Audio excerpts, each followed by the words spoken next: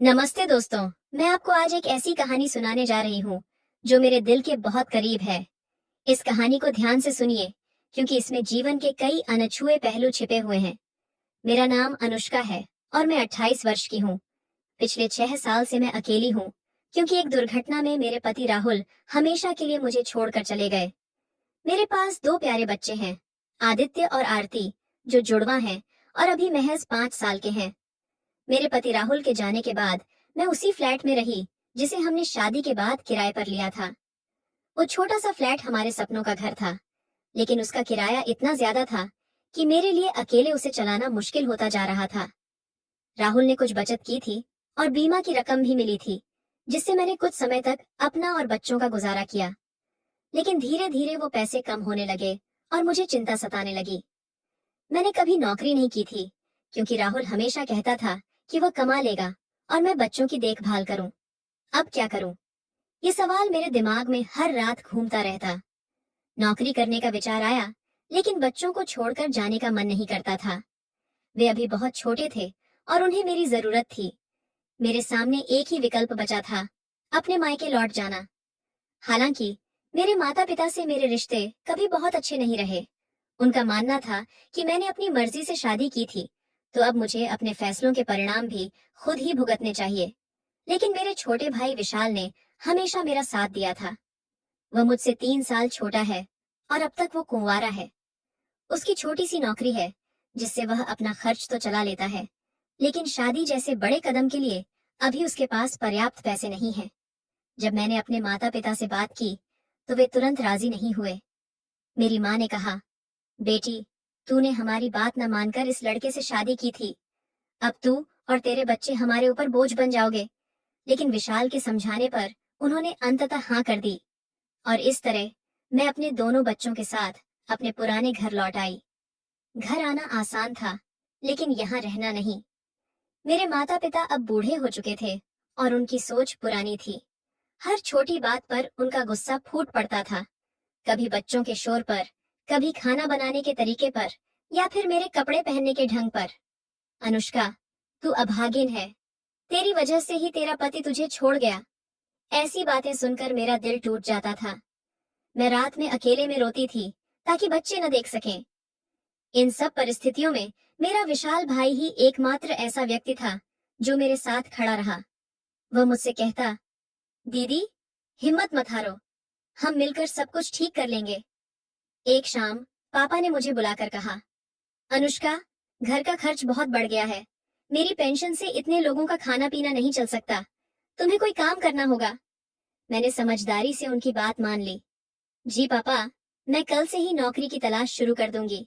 बच्चों का ध्यान आप और माँ रख लेंगे ना? लेकिन विशाल भाई को यह बात पसंद नहीं आई। वह मेरे कमरे में आया और बोला, दीदी, तुम्हें कहीं जाने की जरूरत नहीं है। मैं 2 नौकरियां कर लूंगा। तुम बस घर संभालो और बच्चों का ख्याल रखो। मैंने उसे समझाया, विशाल, यह मेरी जिम्मेदारी है। तुम्हें अपना भविष्य सोचना चाहिए। तुम्हारी शादी होगी, अपना परिवार बसाओगे। मुझे अपने पैरों पर खड़ा होना ही होगा। वह नहीं माना, लेकिन अंततः उसे स्वीकार करना पड़ा।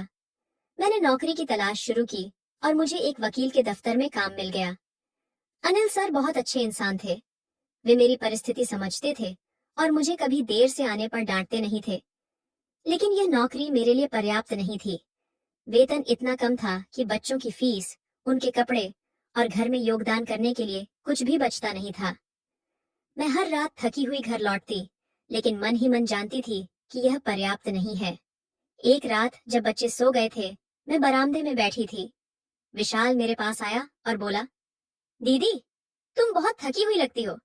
मैंने आह भरते हुए कहा, हाँ विशाल, ये नौकरी मेरे लिए सही नहीं है। पैसे बहुत कम हैं और काम बहुत ज्यादा। विशाल ने मेरे हाथ पर अपना हाथ रखा और बोला, दीदी, तुम नौकरी छोड़ दो। मैं दूसरी नौकरी ढूंढ लूंगा। चाहे मुझे 24 घंटे काम करना पड़े, मैं तुम्हें और बच्चों को किसी चीज की कमी नहीं होने दूंगा।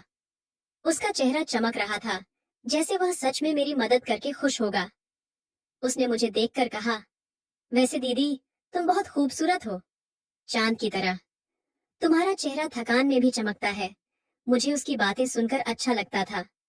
मेरे पति राहुल के जाने के बाद किसी ने मुझसे ऐसी मीठी बातें नहीं की थी। विशाल हमेशा मेरी तारीफ करता और कहता कि मुझे दोबारा शादी कर लेनी चाहिए। तुम अभी भी बहुत युवा हो दीदी, और बहुत सुंदर। तुम्हारी उम्र दोबारा प्यार करने और खुश होने की है, वह कहता। मैं सच कहूँ तो मुझे उसकी यह प्यारी बातें बहुत अच्छी लगती थीं। उसकी इस मिठास और लगातार आग्रह के सामने मैंने अंततः हार मान ली और नौकरी छोड़ने का फैसला कर लिया। विशाल ने जैसा कहा था वैसा ही किया। उसने एक और पार्ट टाइम नौकरी ढूंढ ली और दिन रात मेहनत करने लगा। विशाल अब रात के 10, कभी 11 बजे थका हारा घर लौटता। मैं उस समय तक जागकर उसका इंतजार करती। घर के बाकी लोग, मेरे बच्चे, माँ और पिताजी तब तक सो चुके होते। बच्चों को सुलाकर मैं रसोई में जाती और ताजा खाना परोसती। विशाल के कपड़े धोना, उन्हें इस्त्री करना और उसकी छोटी छोटी जरूरतों का ख्याल रखना मेरी दिनचर्या का हिस्सा बन गया था। अनुष्का दीदी, तुम्हें इतनी मेहनत करने की जरूरत नहीं है, विशाल कहता जब मैं थाली में गर्मा गर्म रोटियां रखती। अरे नहीं, मैं क्या करूंगी? तुम दिन भर इतनी मेहनत करते हो, ये तो मेरा फर्ज बनता है, मैं मुस्कुराते हुए जवाब देती। खाना खाते हुए हम दोनों बातें करते। विशाल अपनी नौकरी के किस्से सुनाता और मैं अपने दिन की छोटी छोटी घटनाओं के बारे में बताती। ये वो पल होते जब हम बिना किसी डर या झिझक के अपने मन की बातें एक दूसरे से साझा करते, जैसे समय का पहिया वापस बचपन में घूम गया हो। शनिवार की रात तो हमारे लिए खास होती। विशाल को अगले दिन छुट्टी रहती, इसलिए हम देर रात तक टीवी देखते, पुराने किस्से याद करते या बस कुछ कहे बिना एक दूसरे की मौजूदगी का आनंद लेते। मुझे याद है, पिछले शनिवार विशाल बाजार से लौटते वक्त मेरी पसंदीदा गोलगप्पे और बच्चों के लिए रंगीन बॉल लाया था। अरे वाह, तुमने तो आज जश्न मना लिया, मैंने खुशी से कहा था। विशाल भाई ने मुस्कुराते हुए जवाब दिया, दीदी, नई नौकरी का पहला वेतन मिला है, सोचा थोड़ी खुशी मना लूं। गोलगप्पे खाते हुए मैंने कहा, विशाल भाई, अगर मुझे भी तुम्हारी नई कंपनी में कोई काम मिल जाए तो अच्छा रहेगा, मैं भी थोड़ा योगदान दे पाऊंगी। विशाल ने सिर हिलाकर मना कर दिया, नहीं दीदी, वहाँ काम बहुत मुश्किल है, रात की शिफ्ट है और शारीरिक मेहनत भी ज्यादा, ये मर्दों के लिए ही ठीक है। मैंने निराश होकर कहा, पर मैं तुम पर इतना बोझ नहीं डालना चाहती, आखिर मैं और मेरे बच्चे तुम्हारी जिम्मेदारी नहीं है। उसने मेरा हाथ थामते हुए कहा, दीदी, ऐसा मत कहो, तुम्हारे और बच्चों के लिए मेहनत करना मेरे लिए खुशी की बात है। वैसे भी अब मैंने शादी ब्याह का ख्याल छोड़ दिया है, मैं कोई जवान तो हूं नहीं अब। मैं हंस पड़ी, क्या बकवास कर रहे हो, तुम अभी सिर्फ 25 के हो और दिखते भी बहुत अच्छे हो। तुम्हारे लिए ढेरों लड़कियां लाइन में खड़ी होंगी और जो लड़की तुम्हें पाएगी वह बहुत खुशनसीब होगी। विशाल भाई चुप रह गया, बस मुस्कुरा दिया। सच कहूं, मेरा भाई विशाल वाकई बहुत अच्छा इंसान था। उसका स्वभाव इतना मधुर था कि गांव में सभी उसे पसंद करते थे। कभी किसी की बुराई नहीं, हमेशा दूसरों की मदद के लिए तत्पर। मैं ये सिर्फ इसलिए नहीं कह रही क्योंकि वह मेरा भाई है, बल्कि वास्तव में उसकी आत्मा निर्मल थी। एक शनिवार की रात हम फिर से देर तक जागे थे। टीवी पर कोई फिल्म चल रही थी। विशाल ने अचानक कहा, दीदी, मैं कब से सोच रहा हूँ, तुम्हें दोबारा विवाह कर लेना चाहिए। मैंने गहरी सांस ली। नहीं विशाल, मैं नहीं चाहती। मेरे 2 बच्चे हैं और तुम जानते हो, सौतेले पिता के साथ बच्चों की जिंदगी कितनी मुश्किल हो सकती है। मुझे अपनी आरती बेटी के लिए चिंता होती है। विशाल भाई ने थोड़ी देर चुप रहकर कहा, दीदी, मैं कुछ कहना चाहता हूँ, लेकिन प्लीज बुरा मत मानना या गलत मत समझना। मैंने उसके कंधे पर हाथ रखा। हम भाई बहन हैं विशाल, हमारे बीच ऐसी कौन सी बात है जिसमें गलत फहमी हो सकती है? कहो, उसने हिचकते हुए कहा। सच कहूं दीदी, मैं नहीं चाहता कि तुम दोबारा शादी करो। मैं चौंक गई। क्यों विशाल, ऐसा क्यों? इससे तो तुम्हारे कंधों से मेरी और बच्चों की जिम्मेदारी हट जाएगी। नहीं दीदी, उसने मुझे देखते हुए कहा, मुझे यह जिम्मेदारी अच्छी लगती है। तुम और बच्चे घर में हो तो घर जीवंत लगता है। हमें बचपन से ही एक दूसरे की आदत रही है। तुम्हें याद है, जब हम दोनों मिलकर गांव के पिछवाड़े वाले तालाब में नहाने जाते थे? मुझे अच्छा लगा ये जानकर कि विशाल मुझे अपने साथ रखना चाहता है। माँ पिताजी हमेशा मुझे दूसरी शादी के लिए प्रेरित करते रहते थे, लेकिन विशाल भाई चाहता था कि मैं यहीं रहूं, उसके साथ। त्योहारों पर विशाल मेरे और बच्चों के लिए नए कपड़े लाता। दिवाली पर तो उसने अपनी पूरी तनख्वाह हम पर खर्च कर दी थी। बच्चों के लिए खिलौने, मेरे लिए साड़ी और घर के लिए नए पर्दे। विशाल, कुछ पैसे अपने लिए भी बचा लो, मैंने उसे समझाया। तुम्हारी शादी के लिए कुछ तो बचत करो। वह मुस्कुराया। दीदी, मैंने कहा ना, शादी का ख्याल छोड़ दिया है। हम दोनों ऐसे ही रहेंगे। न तुम शादी करोगी न मैं हंस दी और बात टाल दी। लेकिन जब कभी मैं उसके कमरे की सफाई करती तो कुछ चीजें नोटिस करती जो मुझे अजीब लगती। उसके बिस्तर पर दाग, उसके मोबाइल में छिपे हुए वीडियो। मैं समझती थी कि 25 साल का कुंवारा जवान युवक है, ये सब स्वाभाविक है। लेकिन इन चीजों को देखकर मुझे अपने पति राहुल की यादें ताजा हो जाती। वे अंतरंग पल जिनसे मैं 6 सालों से वंचित थी। मैं खुद को रोक नहीं पाती और कभी कभी घंटों अपने कमरे में बंद होकर वो वीडियो देखती रहती। एक रात जब हम दोनों देर तक जागे थे, टीवी पर एक फिल्म चल रही थी जिसमें कुछ रोमांटिक दृश्य थे।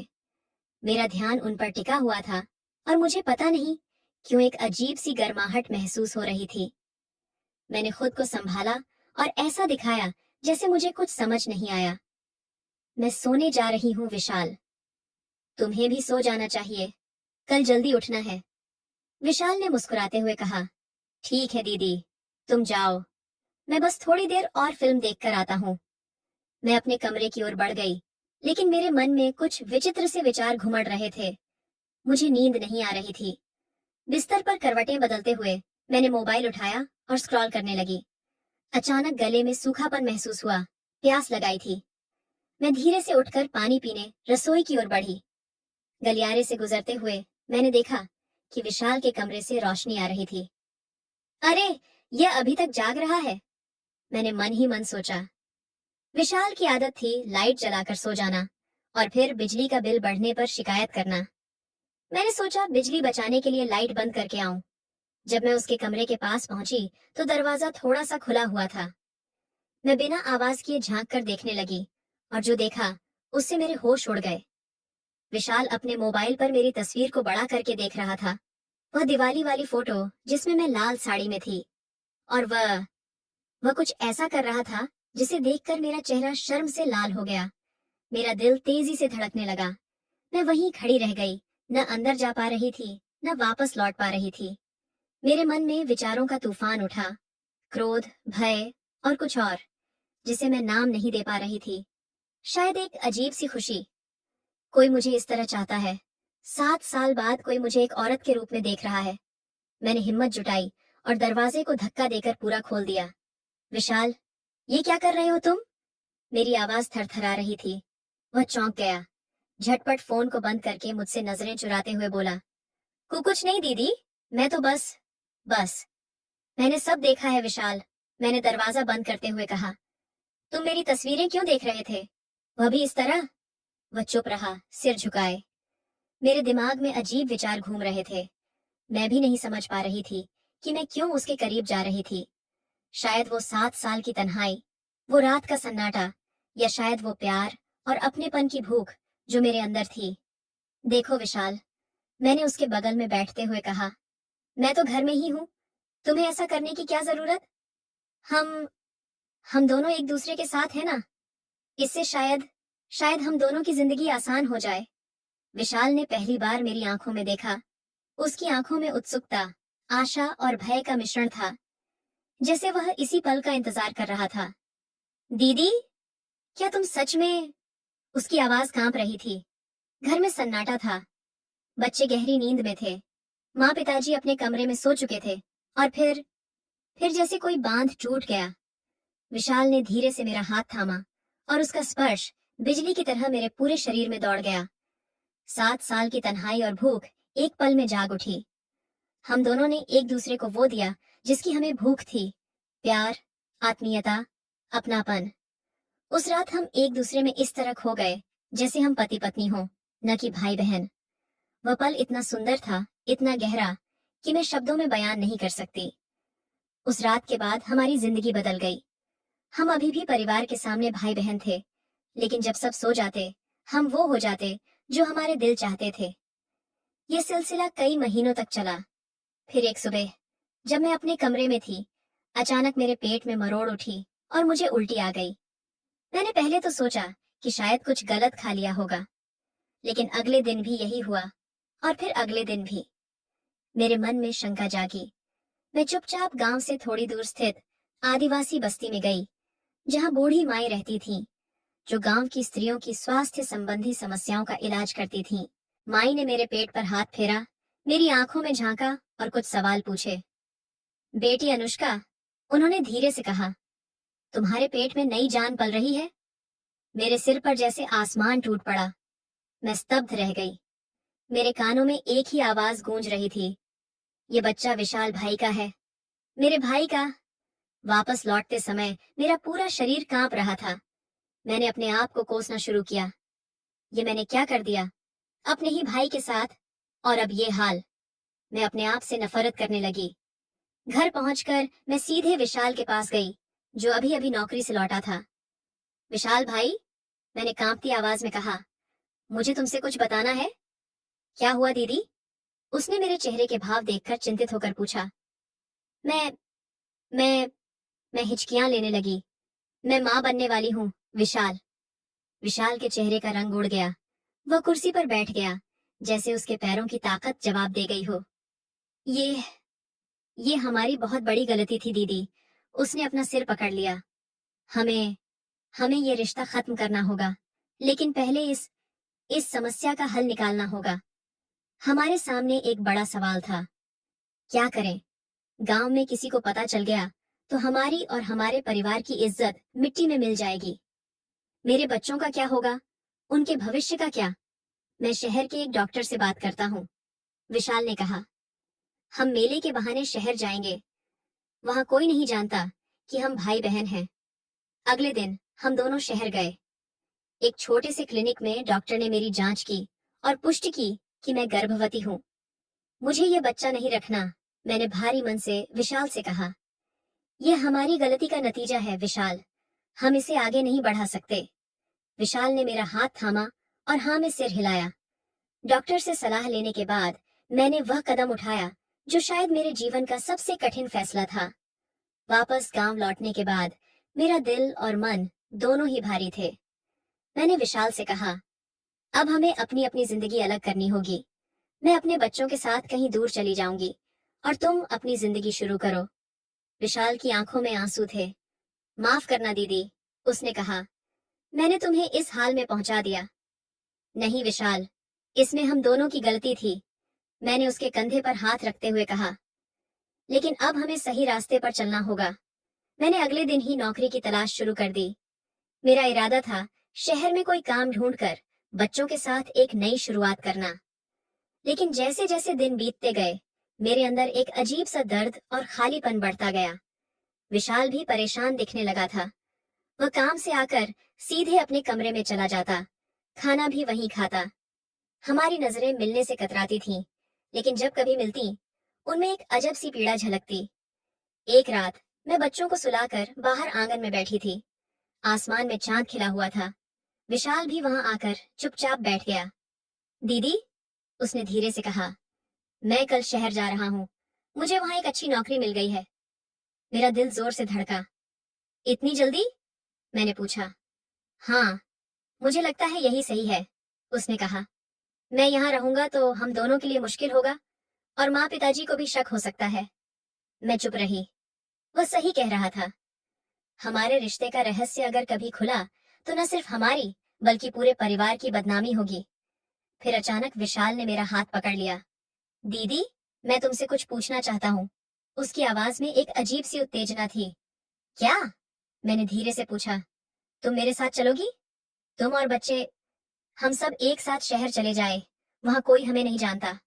हम हम पति पत्नी बनकर रह सकते हैं।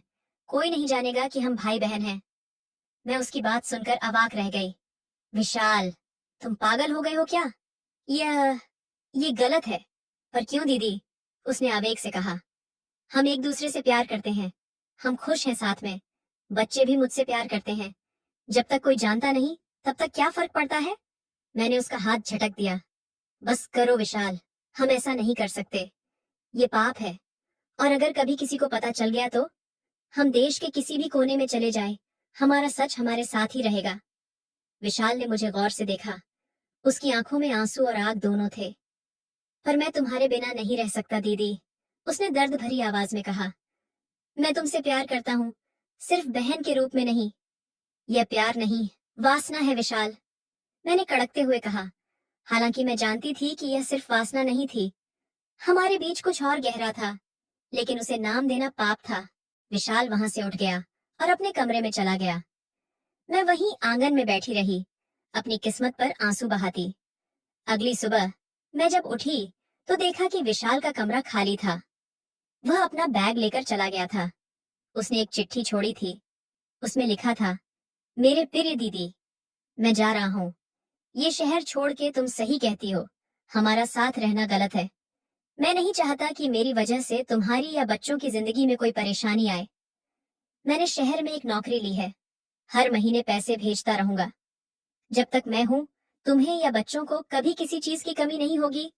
माफ करना दीदी मुझे, तुम्हारा विशाल। तो दोस्तों, आपको ये कहानी कैसी लगी? कृपया अपने विचार साझा करें।